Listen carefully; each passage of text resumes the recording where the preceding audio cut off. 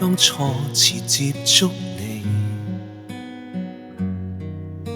而我害怕鬚根粗粗的你，嚎哭退開，你卻溫暖地和媽媽蜜意低聲說，她真百厭。然後6歲亦未敢挨近你，是你莊嚴正氣像說別要騷擾你，從此講一聲晚安，還需苦苦掙扎過，和你似愛侶分手那樣無助。陽光陰如水，我跟你到了某天相對晚餐裏，比不相識更沒趣。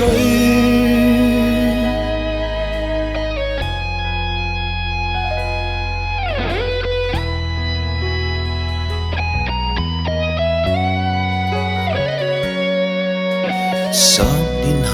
的一晚看到你，而你睡了，呼吸都靠機器，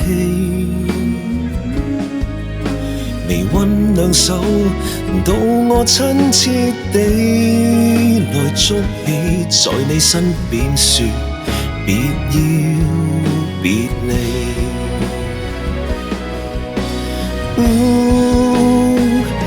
重新講一聲晚安，才知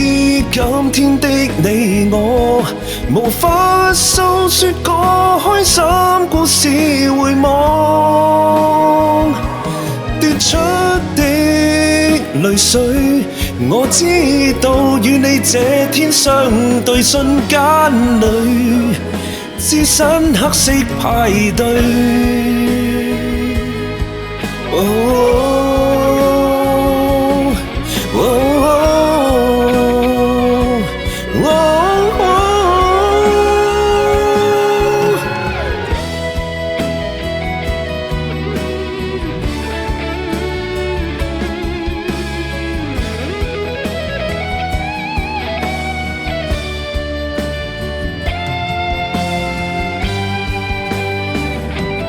時光翻不到最初，回憶一天天錯過，難以對你再親口說下承諾，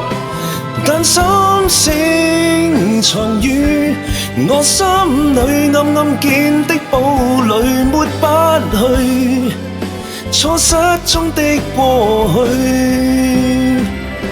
曾經手起的抱擁，曾經懶去寄的書信，留到葬禮那一刻已是無用。無比的旁邊，我即使向你談論今天的瑣碎，你都不復半句。若當天孩子